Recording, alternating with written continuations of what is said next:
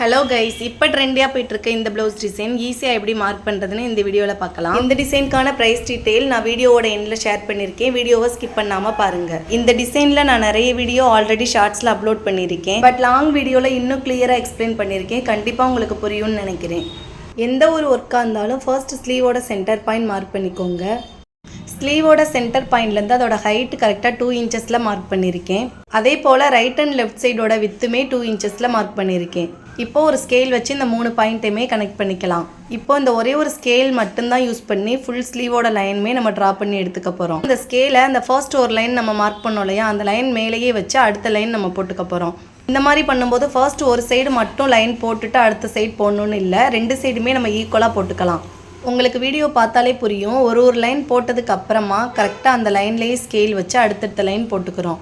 Inch tape use பண்ணி mark பண்ணுறதை விட இந்த மாதிரி ஸ்கேல் யூஸ் பண்ணி லைன் போடும்போது நம்மளுக்கு சென்டர் பாயிண்ட் பர்ஃபெக்டாக கிடைக்கும் அண்ட் ரொம்ப ஈஸியாகவும் ட்ரேஸ் பண்ணிடலாம். இப்போ இந்த ஸ்லீவோட லைன் ஃபுல்லாகவே கனெக்ட் பண்ணியாச்சு. இந்த ஒவ்வொரு லைன்லையும் ஸ்டோன் பேஸ்ட் பண்ண போகிறதுக்கான டிஸ்டன்ஸ் 1 இன்ச்சும் ஒரு பாயிண்ட்டும் நான் வச்சு மார்க் பண்ணியிருக்கேன்.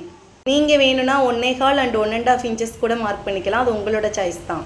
இதே போல் ரைட் அண்ட் லெஃப்ட் சைடு 2 சைட்லேயுமே சேம் மெஷர்மெண்ட்டாக மார்க் பண்ணிக்கோங்க. இந்த மாதிரி மார்க் பண்ணும்போது ஒவ்வொரு ஸ்டோனுக்குமான பெட்வீன் டிஸ்டன்ஸுமே ஈக்குவலான டிஸ்டன்ஸில் கிடைக்கும். இப்போ இந்த ஒவ்வொரு பாயிண்ட்லையும் ஃபேப்ரிக் க்ளூ அப்ளை பண்ணிவிட்டு ஸ்கொயர் ஷேப்பில் இருக்க ஃபிட்டிங் ஸ்டோன் எடுத்து பேஸ்ட் பண்ணிக்க போகிறோம். இந்த ஸ்டோனோட சைஸ் 6 mmல எடுத்திருக்கேன். அதாவது ஸ்மால் சைஸுக்கு அடுத்த சைஸ் மீடியம் சைஸில் எடுத்திருக்கேன். க்ளூ கொஞ்சம் அதிகமாகவே அப்ளை பண்ணிக்கோங்க, பிகாஸ் இந்த ஸ்டோன் கொஞ்சம் வெயிட்டாக இருக்கும். பேஸ்ட் பண்ண ஸ்டோன்ஸ் எல்லாமே நல்லா ட்ரை ஆக விட்டுட்டு அதுக்கப்புறமா ஒர்க்கை ஸ்டார்ட் பண்ணுங்கள். சப்போஸ் நீங்கள் பேஸ்ட் பண்ண உடனேயே ஒர்க்கை ஸ்டார்ட் பண்ணிங்கன்னா கண்டிப்பாக ஸ்டோன்ஸ் எல்லாமே மூவ் ஆகும். உங்களுக்கு ஒர்க் பண்ணுறதுக்குமே கம்ஃபர்டபுளாக இருக்காது. இப்போ உங்களுக்கு பார்த்தாலே தெரியும் ஸ்டோன்ஸ் எல்லாமே நல்லா ட்ரை ஆயிருச்சு. இந்த ஸ்டோன்ஸ் எல்லாமே ட்ரை ஆகிற டைமில் நான் ஒர்க் பண்ண போகிற பீட்ஸ் எல்லாமே இந்த மாதிரி நீடில் ஃபுல்லாக லோட் பண்ணி வச்சுட்டேன்.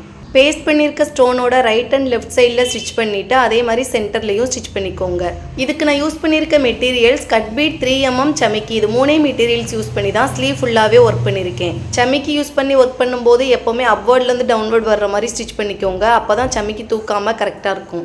இதே போல் எல்லா ஸ்டோனோட பிட்வீன்லேயுமே ஸ்டிச் பண்ணி எடுத்துக்கோங்க. அவ்வளோதான், ஸ்லீவ் ஃபுல்லாகவே ஒர்க் கம்ப்ளீட் பண்ணியாச்சு. ஃபைனலாக ஃபேப்ரிக்கை கட் பண்ணி ஸ்டிச் பண்ணதுக்கு அப்புறமா ப்ளவுஸோட ஃபைனல் அவுட்லுக் இப்படி தான் இருக்குது. ஸ்லீவில் இருக்க ஒரு லைனை கன்வெர்ட் பண்ணி தான் அப்படியே சேம் பேக் நெக்லையும் ஒர்க் பண்ணியிருக்கேன். இந்த ப்ளவுஸ் டிசைனுக்கு நீங்கள் அப்ராக்சிமேட்டாக 1800லேருந்து 2000 வரைக்குமே சார்ஜ் பண்ணிக்கலாம். நீங்கள் சொல்கிற ப்ரைஸ் ஸ்லீவ் டிசைனுக்கு மட்டுமா இல்லை back and front neck full ஒர்க்குக்குமா அப்படின்னு என்கிட்ட நிறைய பேர் கேட்குறீங்க. நான் சொல்கிற ப்ரைஸ் ஃபுல் ஒர்க்குக்கும் சேர்த்து தான் சொல்கிறேன். உங்களுக்கும் இந்த மாதிரி ப்ளவுஸ் டிசைன்ஸ் எல்லாம் கஸ்டமைஸ் பண்ணணும்னா ஸ்க்ரீனில் ஷோ பண்ணியிருக்க நம்பருக்கு கால் ஆர் மெசேஜ் பண்ணி டீட்டெயில்ஸ் கேட்டுக்கோங்க.